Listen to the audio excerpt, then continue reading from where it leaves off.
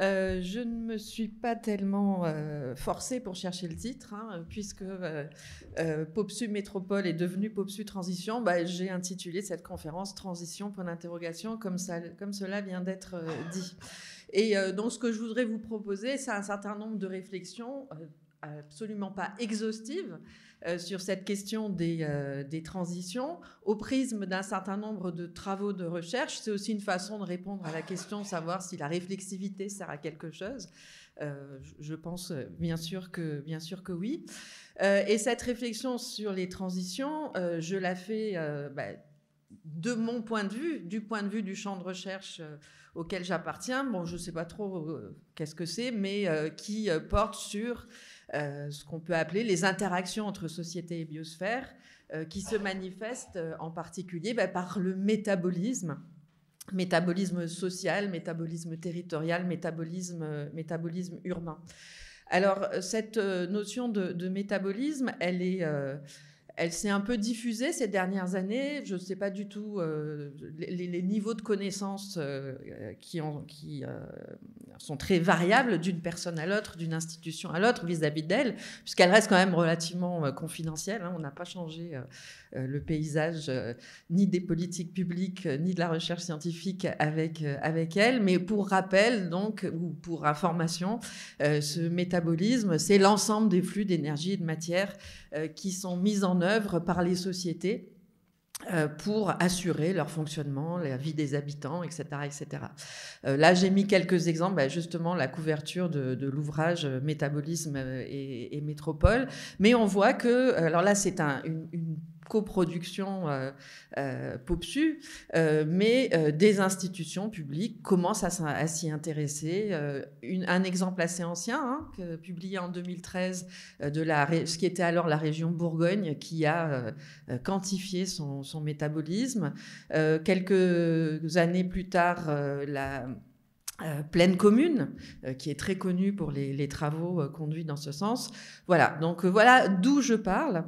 Et je vais structurer cette intervention en deux temps.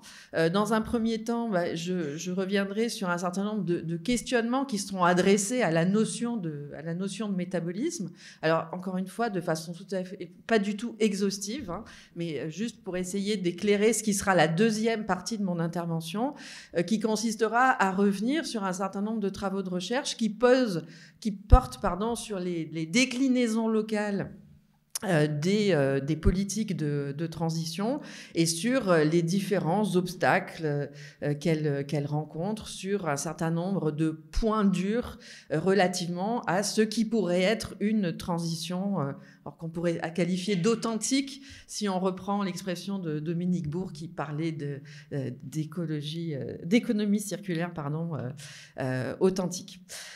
Voilà. Et donc, première partie, questionner les transitions, questionner la notion de transition. Alors bon, on en a beaucoup parlé aujourd'hui, donc c'est très difficile d'intervenir après avoir passé une partie de l'après-midi à parler de cela, parce que en entendant tous les échanges, je me disais, bon, il faut que je recommence tout. Mais non, je n'ai pas le temps de tout recommencer, c'est la catastrophe, que va-t-il se passer, etc. Mais de fait, cette notion, elle s'est répandue partout, comme à une certaine époque, un peu avant le développement durable, s'est répandue un peu comme une traînée de poudre. Et on a un peu l'impression que finalement, il y aurait un processus de transition en cours, un processus qui nous amènerait vers un monde meilleur peut-être, je ne sais pas meilleur pour qui, je ne sais pas meilleur pourquoi, mais voilà. Bon, il se trouve que dans la recherche, pas que dans la recherche, mais je parle de mon point de vue, un certain nombre de travaux conduisent à remettre en question ce point de vue, cette posture, et en fait, ils questionnent soit la notion elle-même de transition, soit l'effectivité de la transition. Donc, je vais partir de la première, les travaux qui questionnent la notion. Ce sont des travaux qui sont issus essentiellement des sciences de l'homme et de la société. En particulier, pour la France, ce sont des travaux d'historiens de l'environnement, dont vous avez peut-être entendu parler, par exemple Fressoz, Bonneuil, etc., qui finalement mettent en avant le fait que... alors c'est marrant parce que j'ai un pense-bête, mais je n'ai pas mes lunettes, donc de toute façon je ne vois pas ce qu'il y a écrit. Donc en fait j'invente là.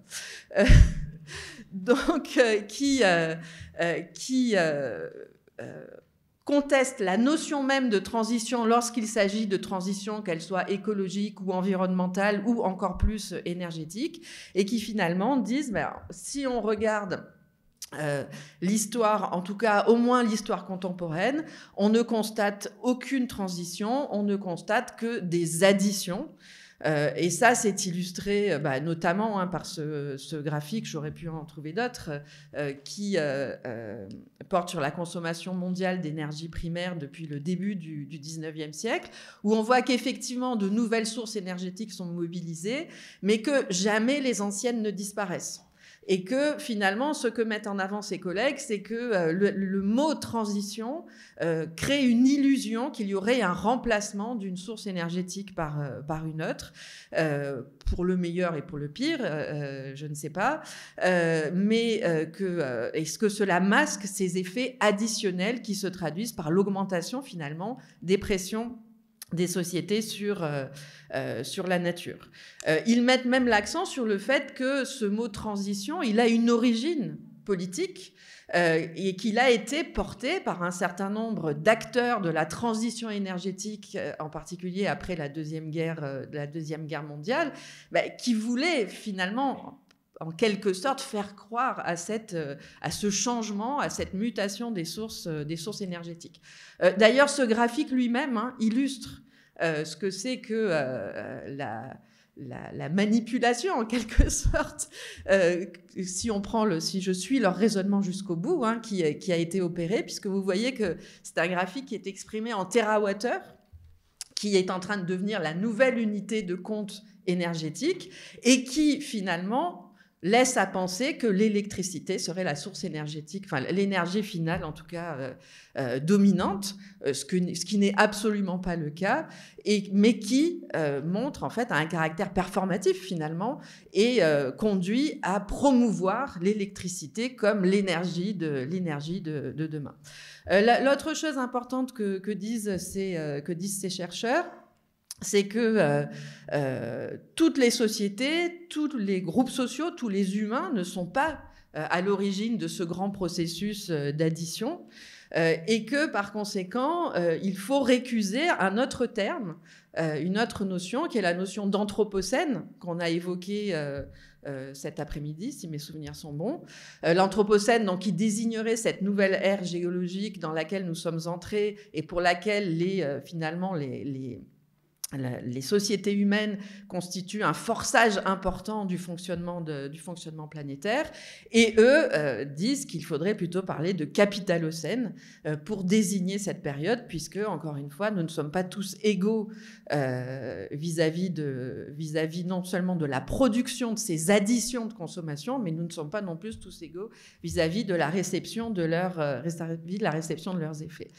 Donc, pour eux, il y a vraiment une nécessité de ne plus du tout employer le terme de transition.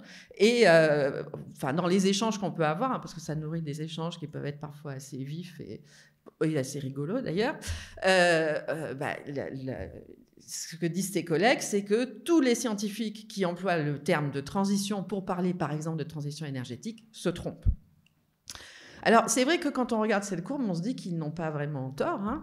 La seule chose il y a deux choses qui manquent sur cette courbe, c'est le travail humain et le travail animal. Et effectivement, la seule chose qui a un peu diminué sur ces 200 ans, c'est la quantité de travail humain et la quantité de travail animal qui contribuent à la fourniture énergétique. Voilà, donc de fait, quand on les suit, on a un peu du mal à ne pas les suivre et à penser qu'il y aurait aujourd'hui une transition énergétique quand on regarde ce type de résultats. La deuxième champ de recherche, ensemble de travaux qui renvoient à ce questionnement de la transition, ce sont ceux qui questionnent l'effectivité de la transition. Et ça, c'est en particulier, alors encore une fois, hein, comme je n'ai pas beaucoup de temps, je pourrais citer des milliers d'autres travaux, mais il m'a semblé que ces deux séries étaient assez intéressantes à mettre en parallèle. Ce sont des travaux qui sont produits dans le champ de ce qu'on appelle les recherches socio-écologiques, ou en anglais socio-ecological studies. Ces travaux, eux, ne récusent pas la notion, n'avancent pas qu'il n'existe pas de transition. Ces travaux de recherche, en fait, ils visent essentiellement à caractériser le métabolisme des sociétés, donc tel que je l'ai défini tout à l'heure, et finalement, ils partent du postulat qu'à un moment donné, une société donnée a un profil métabolique particulier, et que finalement, à l'échelle de l'humanité, on peut définir de l'histoire de l'humanité, on pourrait définir trois grands profils métaboliques qui sont avant tout déterminés par un régime énergétique, mais qui se traduit par un métabolisme spécifique. C'est beaucoup de hic.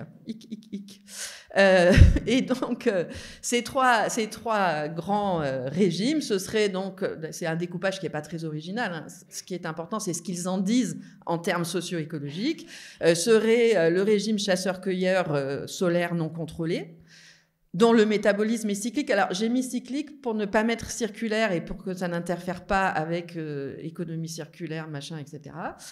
Un deuxième régime qui serait le régime agraire, donc solaire contrôlé cette fois-ci. On peut dire que l'agriculture est un moyen d'optimiser l'utilisation de l'énergie solaire, dont le métabolisme serait de façon dominante cyclique. Et enfin, le métabolisme industriel, fossile, et j'aurais pu ajouter fossile et fissile, qui serait donc linéaire, on extrait, on consomme, on jette, et minier, puisque reposant sur l'exploitation essentiellement de ressources non renouvelables. Et donc pour ces chercheurs, des transitions existent, puisque pour passer d'un régime à un autre, il y a des changements, il y a des changements techniques, des changements sociaux, des changements organisationnels, des changements politiques, etc., qui font que finalement, il y a une transformation du régime. Et cette transformation, elle se fait dans un temps long. Ça ne se fait pas ni en 10 ans, ni en 20 ans, ni en 50 ans, surtout si on prend un point de vue complètement macroscopique et planétaire, mais au contraire, elle peut s'étendre sur plusieurs dizaines, voire plusieurs centaines, voire plus encore d'années. En revanche, ce que mettent en avant ces travaux, qui sont des travaux généralement très quantitatifs, et je ne vais pas vous assommer de courbes et de chiffres, c'est que si on observe les dernières années, ou les quelques dizaines dernières années, on n'observe aucun mouvement de transition. C'est-à-dire que les résultats qui sont produits montrent que, en fait, on est encore en phase de consolidation du régime industriel. Le régime industriel se déploie encore à l'échelle planétaire. Certes, il existe peut-être des transitions d'ordre socio-technique, par exemple l'électrification massive, mais ceci ne traduit pas une transition socio-écologique.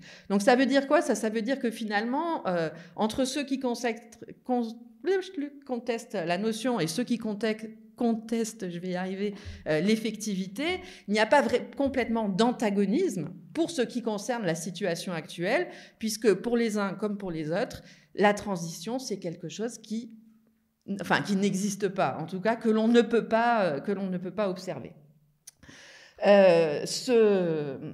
Ces travaux, ce qu'ils mettent aussi en avant, c'est ce que certains collègues ont appelé finalement un schisme de réalité entre une situation donc que je viens de décrire, qui serait une absence de transition. Alors, on peut l'illustrer avec une autre courbe, ça c'est l'extraction mondiale de matière, où on voit qu'à nouveau, on est toujours dans une phase de croissance. Donc, une situation dans laquelle il n'y a pas d'indication de transition.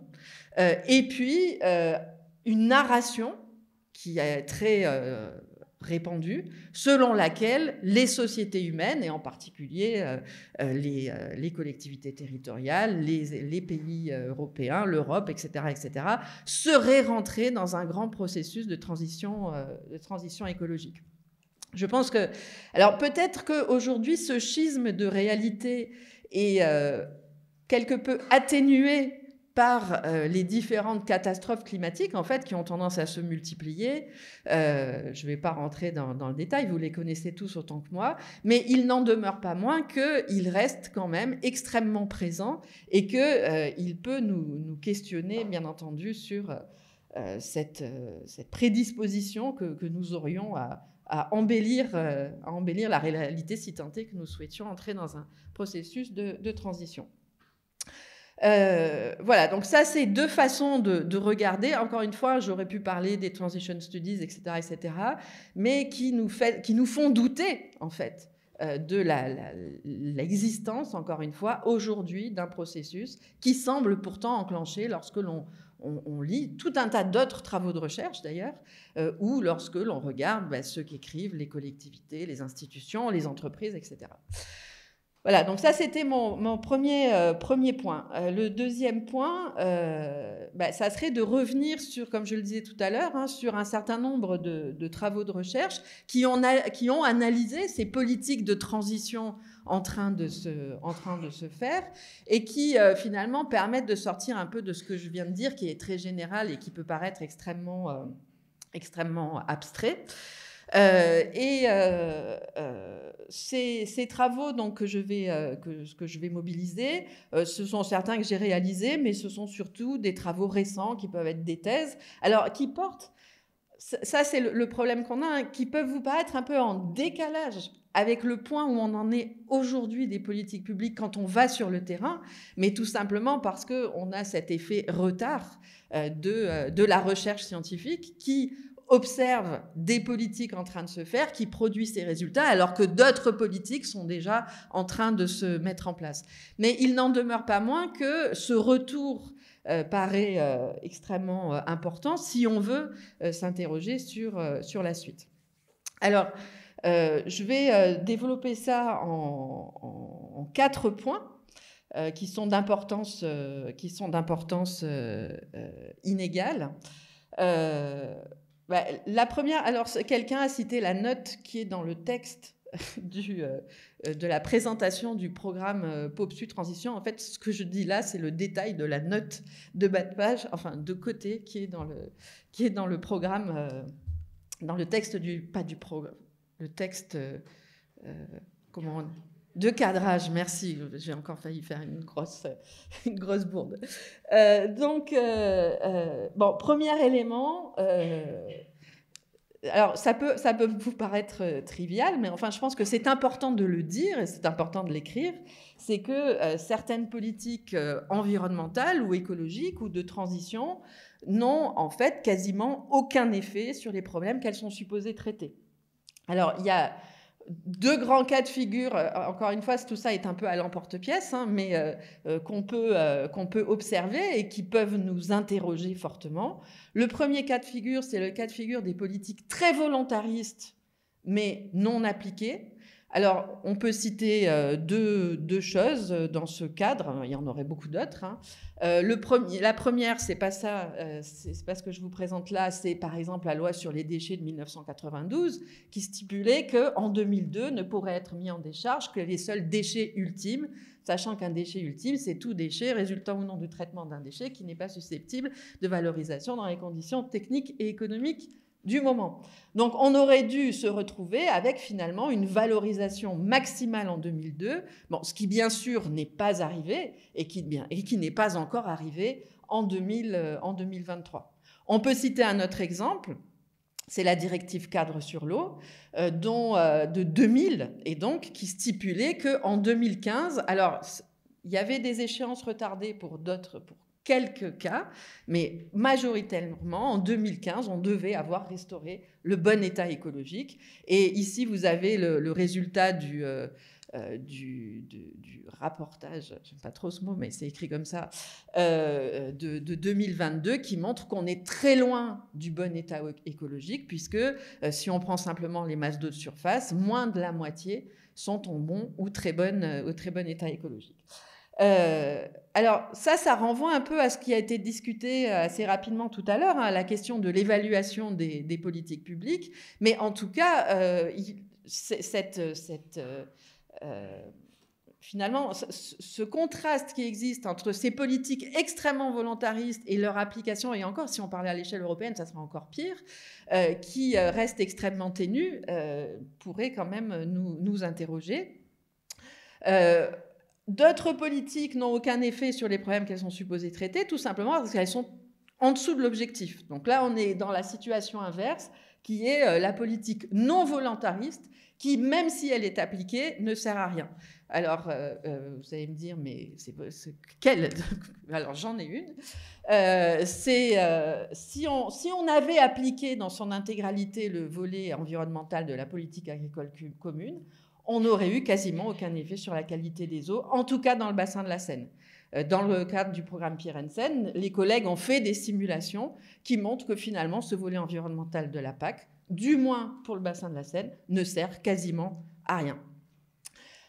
Voilà, donc on pourrait multiplier les exemples. Alors ça, c'est assez facile à dire. Vous pourriez me dire, vous pouvez peut-être me le dire pour tout ce que je vous raconte, mais c'est pas grave, je suis là, donc il faut que je continue. C'est assez facile à dire que des politiques sont mal appliquées, que des politiques ont des objectifs insuffisants, etc., etc. Mais il y a des processus, bien sûr, qui sont plus complexes peut-être, parfois plus insidieux. Et ça va m'amener à ma deuxième série de remarques sur cette question de l'atterrissage des politiques de transition et des politiques environnementales, écologiques, etc. Cette deuxième série de remarques, elle va porter sur ce que certains ont appelé la climatisation des politiques publiques, et j'y ajoute le primat donné à l'énergie. Alors, quand on parle de climatisation des politiques publiques, hein, comme l'expression l'indique, on évoque l'introduction dans un grand nombre de politiques publiques de la question climatique. Et on peut observer dans de nombreux cas, même si on pourrait nuancer, mais encore une fois, j'essaye d'aller à grands traits et de forcer le trait, que l'incarnation de cette climatisation s'est beaucoup faite par la question énergétique, quand bien même elle n'est pas seule à l'origine du changement climatique.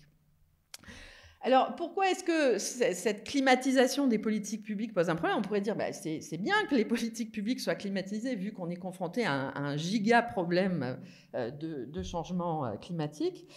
Il y a un premier effet, c'est que cette climatisation a tendance à effacer, à invisibiliser un certain nombre d'autres problèmes qui sont tout aussi, voire plus importants. Par exemple, bon, c'est mon dada, la question de l'azote et du phosphore. Alors ici, on a parlé des limites de la planète, et le graphique qui est présenté ici, ce n'est pas le dernier en date qui prend en compte les questions de justice sociale et de justice sociale. C'est la précédente version. Je ne sais pas si vous arrivez à lire, mais juste pour ceux qui les auraient oubliés, les limites de la planète, elles sont au nombre de 9. Je commence par celle qui ne pose pas de problème, c'est la diminution de la couche d'ozone. Ensuite, c'est la charge en aérosol de l'atmosphère, l'acidification de l'océan, les cycles biogéochimiques de l'azote et du phosphore, l'utilisation des eaux douces, les changements d'usage des sols. Ces deux-là portent sur la biodiversité, le changement climatique et ce qu'on appelle les nouvelles entités. Les nouvelles entités, c'est en particulier les nouvelles molécules, donc qui sont entièrement créées par l'homme et qui n'existent pas, enfin par les humains, et qui n'existent pas à l'état naturel. Et donc, ce que vous voyez sur ce graphique, c'est que, bon, quand c'est orange, c'est que la limite est dépassée. La limite est dépassée pour le climat, mais elle est largement plus déplacée pour les nouvelles entités, parmi lesquelles les matières plastiques, et elle est très largement dépassée pour l'azote et le phosphore. quand on regarde la nouvelle version des limites de la planète, en fait, ce qui domine comme limite dépassée, enfin la limite la plus dépassée, pardon, c'est celle de l'azote et du phosphore. Et donc ça, alors bien sûr, ce n'est pas que parce qu'il y a une survalorisation des questions climatiques, ce n'est pas uniquement pour ça qu'on ne s'occupe pas d'azote et de phosphore, mais il n'empêche que cet effet d'invisibilisation, il me semble extrêmement important, et d'où cette importance des limites de la planète, j'y reviendrai. Il me reste combien de temps ? Bon, il me reste du temps. Toujours dans le cadre de cette question de climat, énergie versus autres problèmes, finalement, ce que l'on observe, c'est que la climatisation des politiques publiques produit un certain nombre de contradictions entre politiques et va conduire à ce que j'ai appelé tout à l'heure ce fameux primat de l'énergie. Il existe à l'échelle européenne, depuis la directive cadre de 2008, une hiérarchie des déchets, enfin, ou une hiérarchie plutôt de la prise en compte des déchets, qui consiste à prioriser un certain nombre de modes de gestion par rapport à d'autres. Donc, sans grande surprise, l'élimination est tout en bas de l'échelle. Au-dessus se trouve la valorisation énergétique, puis le recyclage et la valorisation organique, donc la valorisation matière, puis les autres, je ne vais pas rentrer dans le détail, vous le voyez. Ça, donc, si on appliquait la hiérarchie officielle, on devrait être dans une situation où, au moins, on priorise recyclage et valorisation organique. Ce qui se passe dans les faits, c'est que, dans la plupart des cas, la priorité est donnée à l'énergie. Alors, ça va peut-être changer, mais il n'empêche que ce que l'on a observé jusqu'à présent, sachant que la directive cadre, c'est 2008, donc c'est il y a 15 ans, c'est qu'à chaque fois qu'il y a un arbitrage à faire, finalement, entre matière et énergie, c'est l'énergie qui gagne. Ça, c'est une chose que l'on observe, grosso modo, depuis les chocs pétroliers, qui ont boosté la valorisation énergétique, des travaux de thèse qui sont en train de le montrer, et ça a été renforcé par cette climatisation des politiques publiques. Alors, on pourrait dire à nouveau, mais on s'en fiche, ça marche. On s'en fiche, c'est important de faire de la valorisation énergétique, et puis tant pis pour les matières. Le problème qui est posé à ce niveau-là, c'est qu'en fait, on va investir des sommes d'argent non négligeables dans de la valorisation énergétique pour produire des flux mineurs d'énergie, insignifiants, pourrait-on dire. Alors là, ce qui est présenté dans ce tableau, c'est un petit calcul qui est purement théorique, où je me suis dit, tiens, imaginons qu'on méthanise tous les biodéchets des Parisiens, particuliers, et à l'intérieur de Paris administratif. Qu'est-ce que ça donnerait en matière d'énergie par rapport à ce qui est consommé dans la ville de Paris?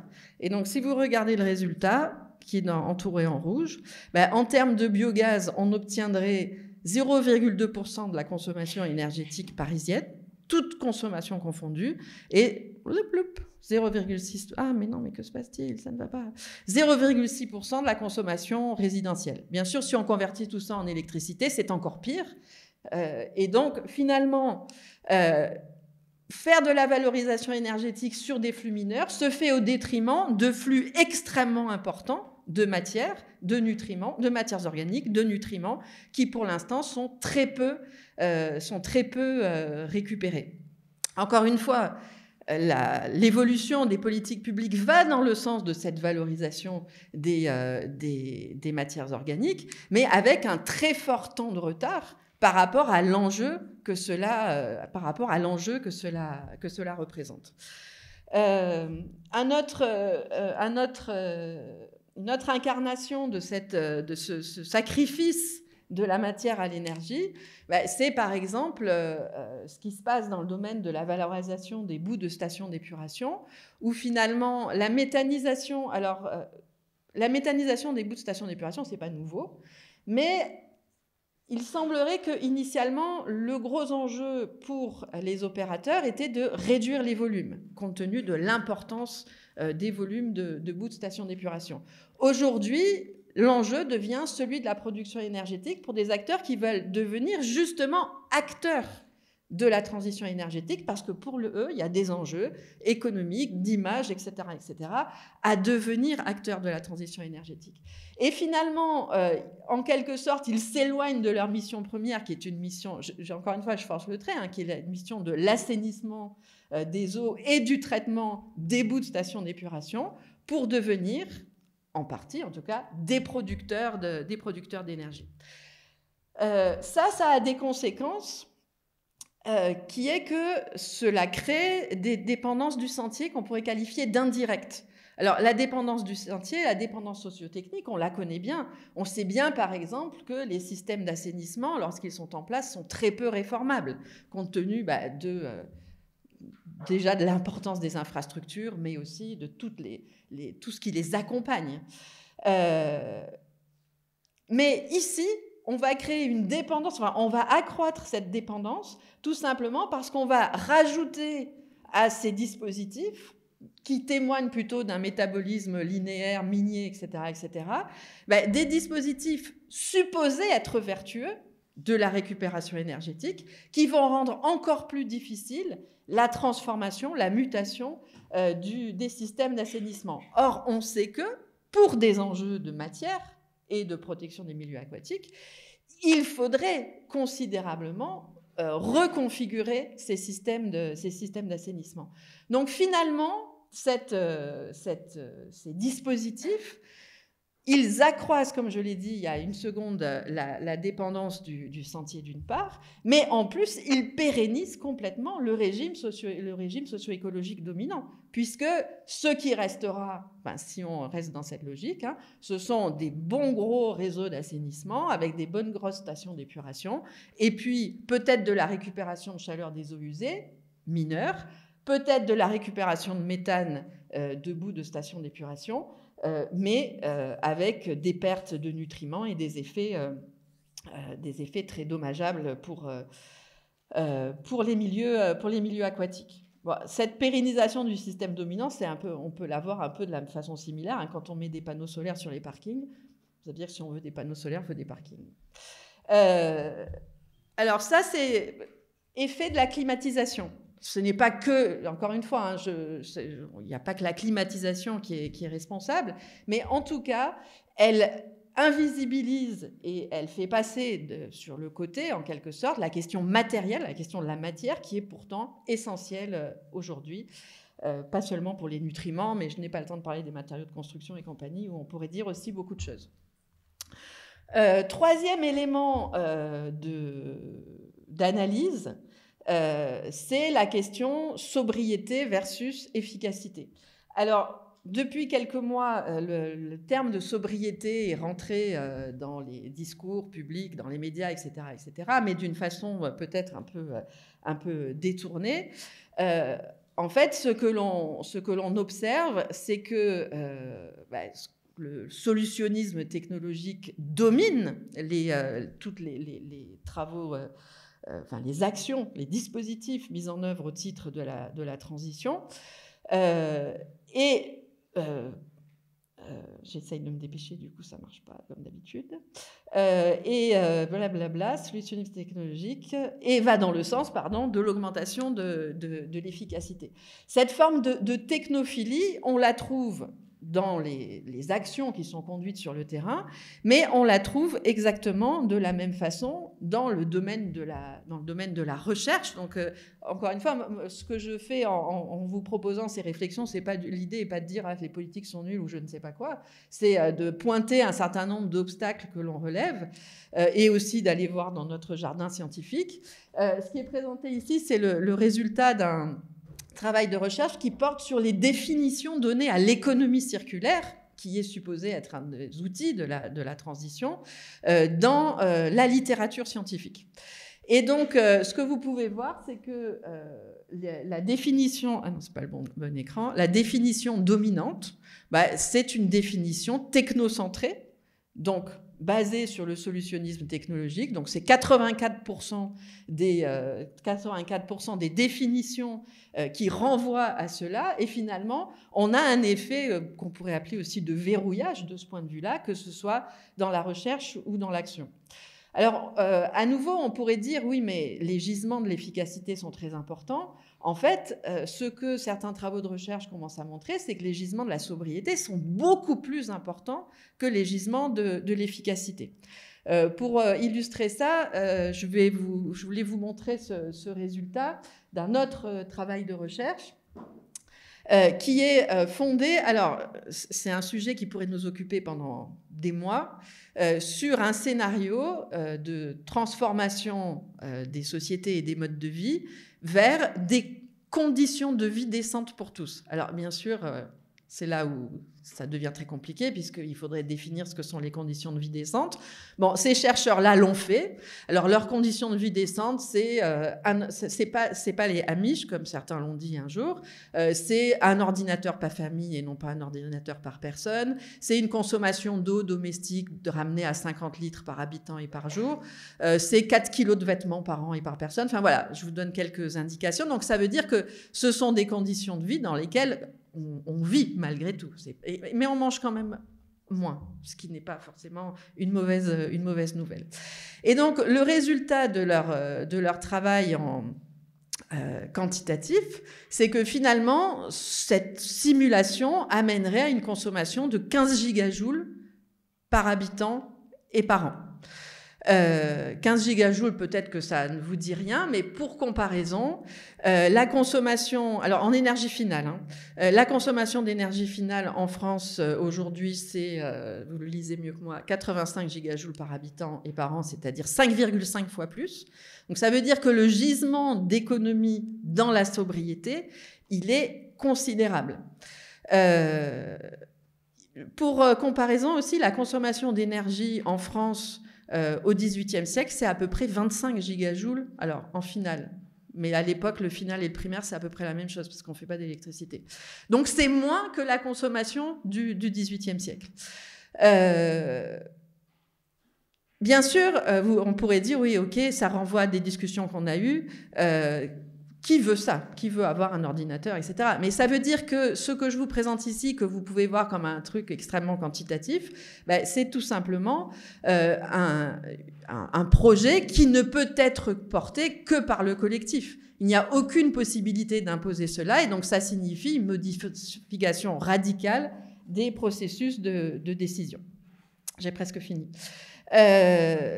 Dernier élément, mais que vous connaissez, vous connaissez tout ce que je vous ai dit de toute façon, mais dernier groupe d'éléments, ce sont les implications spatiales et territoriales de la transition. Alors ça, on peut citer, il y a deux éléments déjà qu'on peut observer. Premièrement, c'est l'avènement de la compensation comme mode de régulation des effets de l'anthropisation sur la biosphère. La compensation existe depuis la loi sur les études d'impact des années 70. Il n'empêche qu'elle a pris une dimension extrêmement importante. On a évoqué le zéro artificialisation nette, etc. Alors, cette compensation, d'abord, elle a une très forte dimension surfacique, donc elle atterrit dans l'espace, c'est un problème pour tous, mais surtout, elle présente un énorme problème qui est de confondre des actions qui sont de nature et d'envergure complètement différentes. Puisque si j'artificialise 1000 hectares et que je compense par la désartificialisation de 1000, c'est exactement pareil au titre de la compensation que si j'artificialise 1 hectare et que je désartificialise 1 hectare. Ce qui est, d'un point de vue socio-écologique, et de tout un tas de points de vue d'ailleurs, complètement aberrant. Bon, il y a tout un tas d'autres raisons qui font que le mécanisme de la compensation peut être critiqué, mais il n'en demeure pas moins qu'il s'impose à nous, puisqu'il traverse maintenant beaucoup de politiques, que ce soit donc artificialisation, biodiversité, eau pluviale, etc., etc. Par ailleurs, tous les retours, les travaux de recherche qui ont porté sur les actions de compensation telles qu'elles sont menées depuis quelques années, notamment au titre de la biodiversité, montrent qu'elles sont conduites de manière, je ne sais pas quel adjectif utiliser, peu satisfaisante, on va dire, pour tout un tas de raisons, hein, qui sont que, par exemple, on compense sur un même terrain pour plusieurs opérations d'urbanisme, ce qui est quand même un peu olé olé, qui est que l'instruction des dossiers de compensation se fait de façon plus ou moins précise, tout simplement parce que les compétences existent ou pas dans les services de l'État, que le suivi des opérations de compensation n'est pas fait, etc. etc. D'autre part, bon, on en a parlé un tout petit peu cet après-midi, la déclinaison locale de certaines politiques climatiques non territorialisées au départ achoppe souvent. Je pense en particulier à tout ce qui concerne le développement des énergies renouvelables, où on voit une quête du foncier, ça y est presque, une quête éperdue du foncier par les opérateurs du solaire et de l'éolien, qui vont atterrir ici ou là sans qu'il y ait finalement de territorialisation préalable.